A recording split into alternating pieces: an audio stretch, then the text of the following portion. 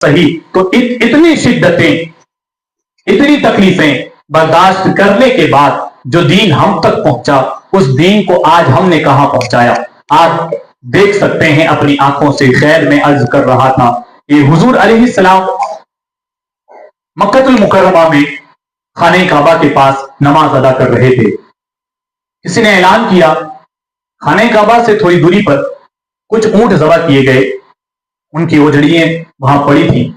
تو ایک بدبخت کہنے لگا کہ کوئی ہے جو ان بدبودار سڑی ہوئی اوجڑیوں کو لا کر محمد جب سجدے میں جائے الیاذ باللہ اس کے گردن پر اور اس کی پیٹھ پر ان اوجڑیوں کو رکھ دے تو پھر مزہ ہی آ جائے. یہ کون کہہ رہا ہے؟ یہ وہ بدبخت کہہ رہا ہے. قریش کے کفار یہ کہہ رہے ہیں. تو جانتے ہو جو بدبخت اٹھا اس کا نام تھا عقبہ بن ابی. یہ بولا کہ یہ کارنامہ تو انجام دینے کے لیے میں تیار ہوں. وہ گیا ان گندی اوجڑیوں کو بدبودار اوجڑیوں کو اٹھا لایا.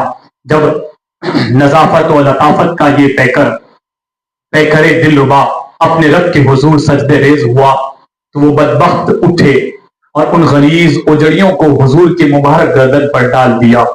کفار یہ منظر دیکھ کر خوشی سے دیوانے ہو رہے تھے, ہنستے تھے, قہقہے لگاتے تھے اور ایک دوسرے پر لوٹ جاتے تھے. اس حالت میں حضور کو اس سجدے میں کیا لطف سرور حاصل ہوا ہوگا. اللہ اللہ. بچوں تصور تو کرو, ذوق اور شوق کے دریا میں موجیں اٹھنے لگی ہوں گی.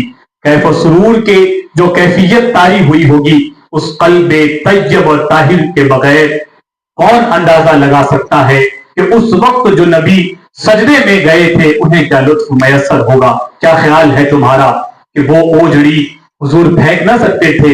ضرور اللہ نے اتنی طاقت عام انسان کے جسم میں رکھی ہے. اس میں وزن ہوگا کتنا؟ زیادہ سے زیادہ من, سوا من. ان کا وزن اتنا نہیں ہوگا اونٹ کی اوجڑی کا. اتنا من تو ہر عام انسان اٹھا لیتا ہے. پھر اللہ کے رسول کو تو اللہ نے 12 مردوں کے برابر طاقت عطا کی تھی.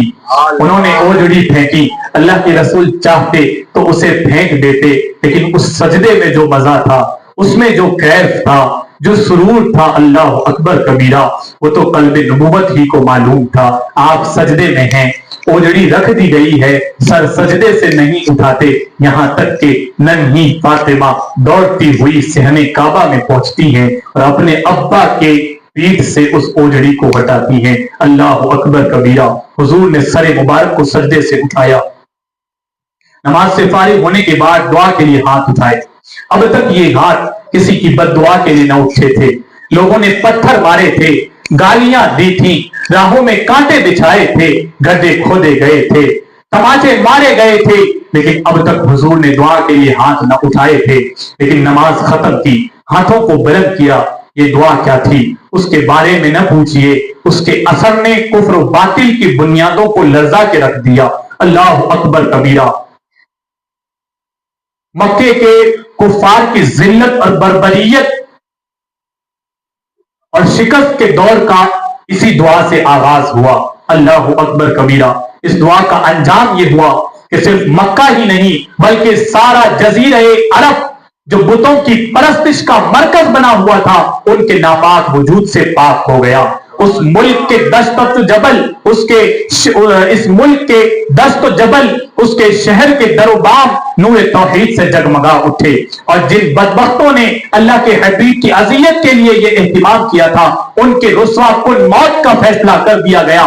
اس دعا کے الفاظ تم بھی سن لو, میں بھی سن لوں, اور ان مبارک الفاظ کو میں بھی اپنی اس گندی زبان سے ادا کر لوں. اللہ تعالیٰ معاف فرمائے. اللہم علیکہ بہذا الملأ من قریش, اللہم علیکہ بعتبۃ بن ربیعہ, اللہم علیکہ بشیبۃ بن ربیعہ, اللہم علیکہ بابی جہل بن ہشام, اللہم علیکہ بعقبۃ بن ابی معیط, اللہم علیکہ بابی بن حلب او امیۃ بن خلف.